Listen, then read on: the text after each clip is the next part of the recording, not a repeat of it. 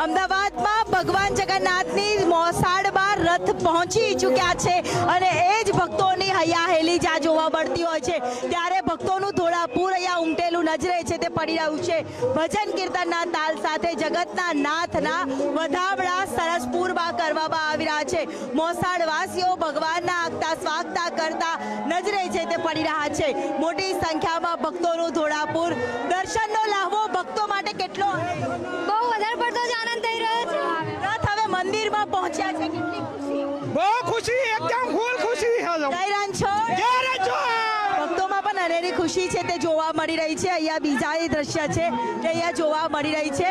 સાથે જ અહીંયા યજમાન પરિવાર છે તે પણ અહીંયા પહોંચ્યા છે ત્યારે યજમાન પરિવારને પણ પૂછવા માંગીશું કેટલી ખુશી એ જ ઘડી આજની આવી ગઈ।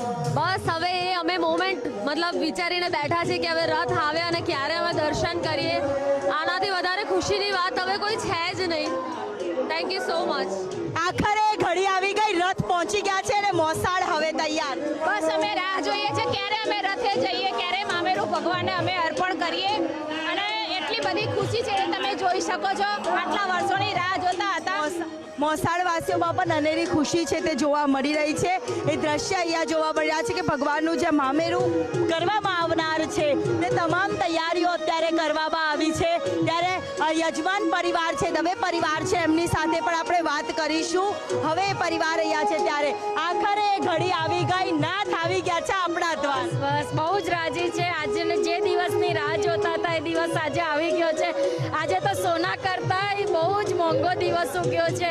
આજે એટલા ખુશ છે કે જગતના નાથના હવે બસ અમે બી દર્શન કરીશું અને બહુ સરસ મામેરામાં બહુ મજા આવી ગઈ અને ભગવાને ખરેખર અમને બહુ સારું સૌભાગ્ય આ વખતે પ્રાપ્ત થયું। ખરેખર ખૂબ ખુશ થઈ ગયા અમે। યજમાન પરિવારમાં આંસુ, સુખીના આંસુ છે તે જોવા મળી રહ્યા છે। પરિવારજનો છે તે પણ ખુશ છે। જ્યારે અહીંનો જે દ્રશ્ય હું બતાવવા માંગીશ કે ગરમી છે, જ્યારે પરિવારજનો અહીંયાથી જાય, જ્યારે યજમાન પરિવારો અહીંયાથી નીકળે ત્યારે નાથના વધામણા તો કરવામાં આવે છે, સાથે સાથે અહીંયા ભક્તોનું ધોળાપુર જે રીતે ઉમટી પડતું હોય છે ત્યારે ગરમી ના લાગે તે માટે પાણીનો છંટકાવ છે તે પણ કરવામાં આવે છે। ચારે કોર જય રણછોડ માખણ ચોરનો નાદ આજે સંભળાઈ રહ્યો છે। આખરે એ ઘડી આવી ગઈ છે કે નાથ હવે સરસપુરમાં પહોંચ્યા છે। જ્યારે નાના ભૂલકાઓને પણ કૃષ્ણ સ્વરૂપ બતાવવામાં આવ્યું છે અને એ જ ભૂલકાઓને પણ અહીંયા શણગાર કરીને તેમને મંદિરમાં લાવવામાં આવ્યા હતા, આગતા સ્વાગતા કરવામાં આવ્યા હતા। એ જ ભક્તોનું ધોળાપુર અહીંયા દર્શન કરવા માટે ઉમટેલું નજરે છે તે પડી રહ્યું છે। સાથે જ અહીંયા ચુસ્ત બંદોબસ્ત, ભગવાનનો પહેલો રથ મંદિરના પ્રાંગણમાં પહોંચી ચૂક્યો છે, જ્યાં અત્યારે થોડીક જ વારમાં ભગવાનનું સામૈયું છે તે કરવામાં આવશે। સાથે જ સામૈયાની સાથે નાથનો રથ હવે મંદિરમાં પહોંચ્યો છે ત્યારે ભગવાનનું સામૈયું અહીંયા વાજતે ગાજતે કરવામાં આવશે।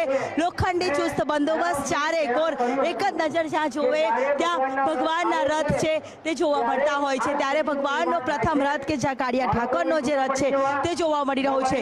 થોડીક વારમાં સુભદ્રાજીનો રથ આવશે અને તે બાદ બલભદ્રનો રથ આવશે। ત્યારે ભક્તોનું હૈયેથી હૈયું દળાય તેવો ઉત્સાહ, તેવો ઉમંગ છે તે જોવા મળી રહ્યો છે। હવે ત્રણેય રથમાં ભગવાનનું સામૈયું કરવામાં આવશે। ભાણેજોના મોસાળમાં મામેરા છે તે કરવામાં આવ્યા છે। સાથે જ અહીંયા વૈદિક મંત્રોચ્ચાર સાથે ઘરેણાથી લઈને સૌ કોઈની પૂજા અર્ચના છે તે કરવામાં આવશે।